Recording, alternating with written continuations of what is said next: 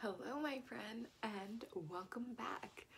Today I'm going to do a card pull and see what kind of message the universe has for us today.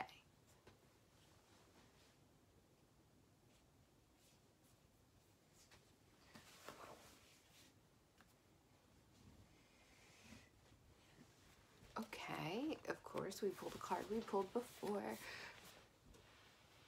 There's lots of repeat messages during this time. So we pulled the Priestess card, and it says, how are you being called to step up and lead? And we've talked about this card before. However, it's still, the message is still ongoing. It's still very prominent for these times. And it's very interesting because I was reflecting on, being the difference between being a boss and being a leader. And, the difference is a boss really likes to tell people what to do, and they're more of a do as I say, not as I do. And a leader is much more leading by example. That's why there's that saying, it's not boss by example, it's lead by example. So during these times, I don't want to say it's dark times, but during these changing evolutionary times, it is really important that we become leaders and we show up as leaders in every aspect of our life. So it's not just, you might see this card and say, how are you being how are you being called to step up and lead? And you might think, well, a leader needs a following. A leader needs people to follow them, and I will lead people. That is not necessarily true. You can be a leader without a following.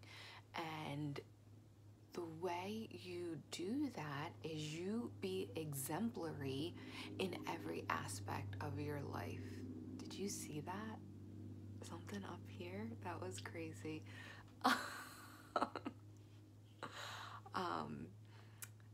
In every aspect of your life. So when you are going into the grocery store or a convenience store, or you're driving, these mundane tasks, we need to remember that these are ways that we can step up and lead.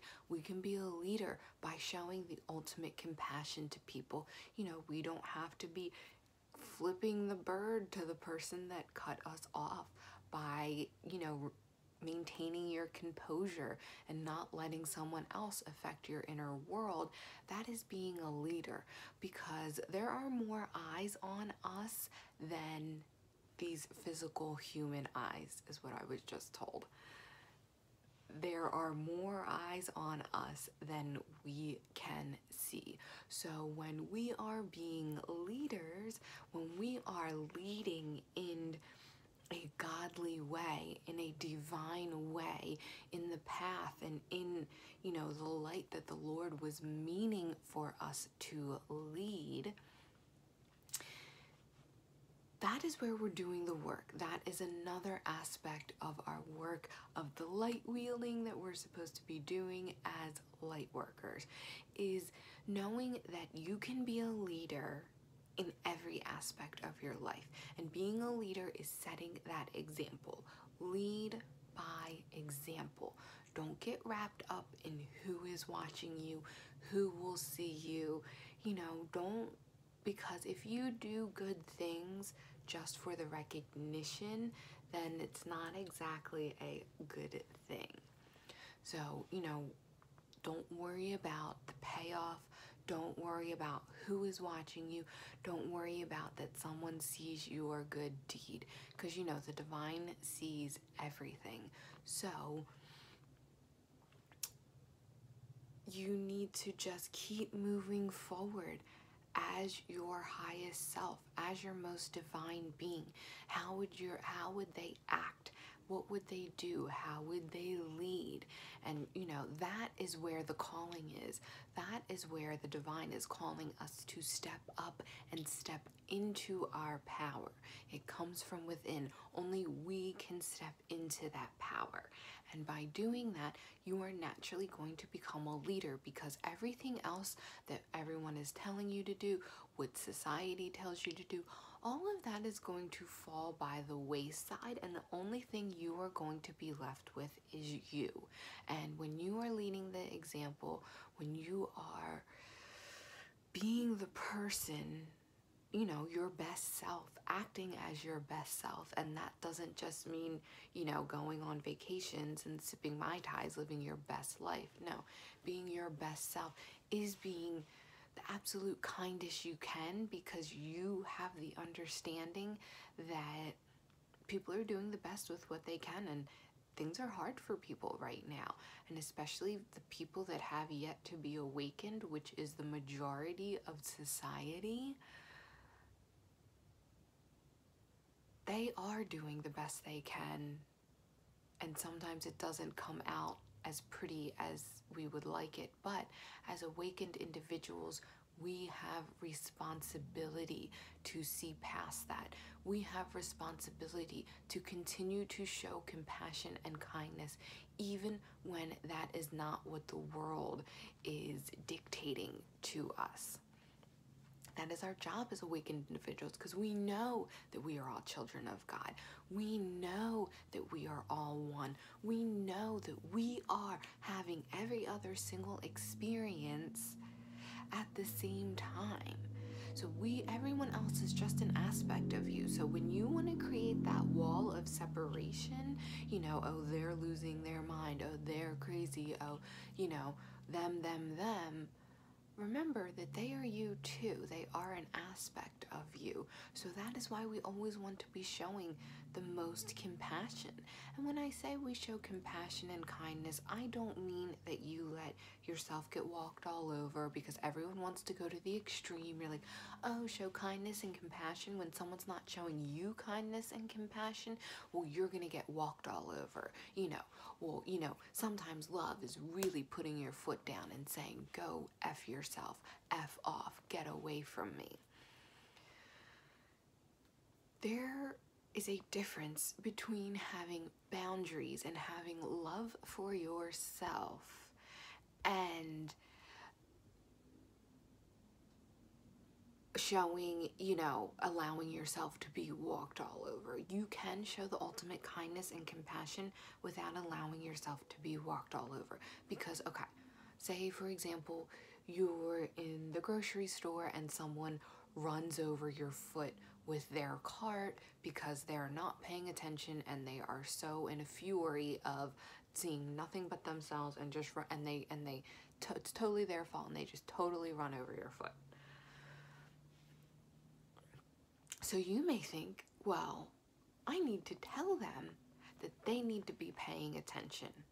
I need to, I'm not gonna let them just walk all over me and run all over my foot with their car. I'm gonna tell them.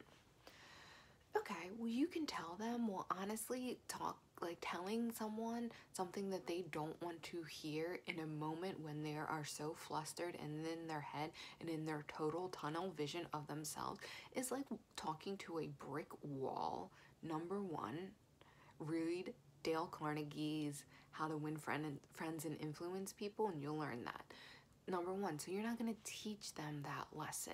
The only thing you might do is aggravate the situation and escalate it, because you're like, you got to pay attention, and then the other person is frustrated, and then it's back and forth, and then next thing you know, it's this irritating exchange because you don't want people to walk all over you, and you want to have the ultimate self-love for yourself, and no one's going to treat you that way. Well, okay.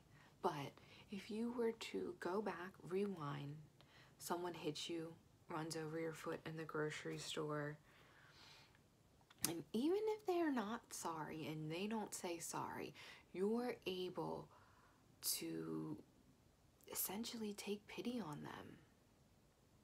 How awful must it be to be in such tunnel vision and to be so stressed out and to have such a lost vision that you are functioning in that way, that you run into someone and you aren't even sorry.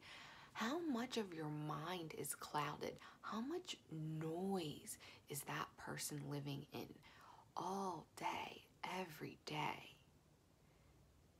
So, if in that moment you were able to show them compassion, even if it's just a smile, even if it's just a laugh, even if you're just like, ow, that hurt,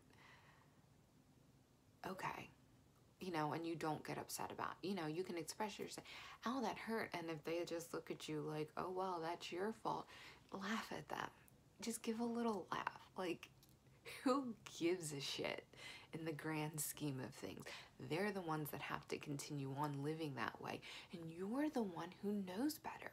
You're the one who knows that you are not going to let that outside person affect your inner self, affect how you treat people. No, no, no, no, no, no, no. Because if you're going to allow that outside to affect your inside, you are going to lose control over one of the only things that you do have control of, and that is your inner world. So you cannot let things outside of your control affect something that you can control. You can choose in that moment to take a deep breath and to give a little laugh and to give a little smile. And if they are so kind to be apologetic, you be forgiving and accepting of their apology. It happens. So that is the way you can choose to lead in that moment, in that small person-to-person moment. That leading, that choosing the way that you want to react is being a leader and is exemplary and is putting out the kind of vibration that you want to put out. Do you want to put out the kind of vibration that it's going to totally ruin your day if someone runs into your foot in the grocery store? Or do you want to be putting out the vibration that you're impenetrable? That you're not going to let that get in the way. You're not going to let that lower this vibration. Oh, no, no, no, no, no. I am going to laugh at you. I'm going to forgive you, and I'm going to keep it moving. That is what a leader does, and that is what the divine is calling you to lead. That is how the divine is calling you to lead. It's in your everyday life. Don't get so wrapped up in, should I be putting myself out there more? Should I be doing this more? Should I be, focus on the little things in your life, on where you can lead. Turn those eyes within on how you can lead. And don't worry about the people that are going to follow you, because like the divinity said, there are many more eyes on you than what you can see and feel. So things matter maybe a little bit more than meets the eye. And that is our message for today. I'm so glad that we pulled this card. That was so fun. I want to thank you so much for tuning in. My name is Anne, and I hope to see you next time.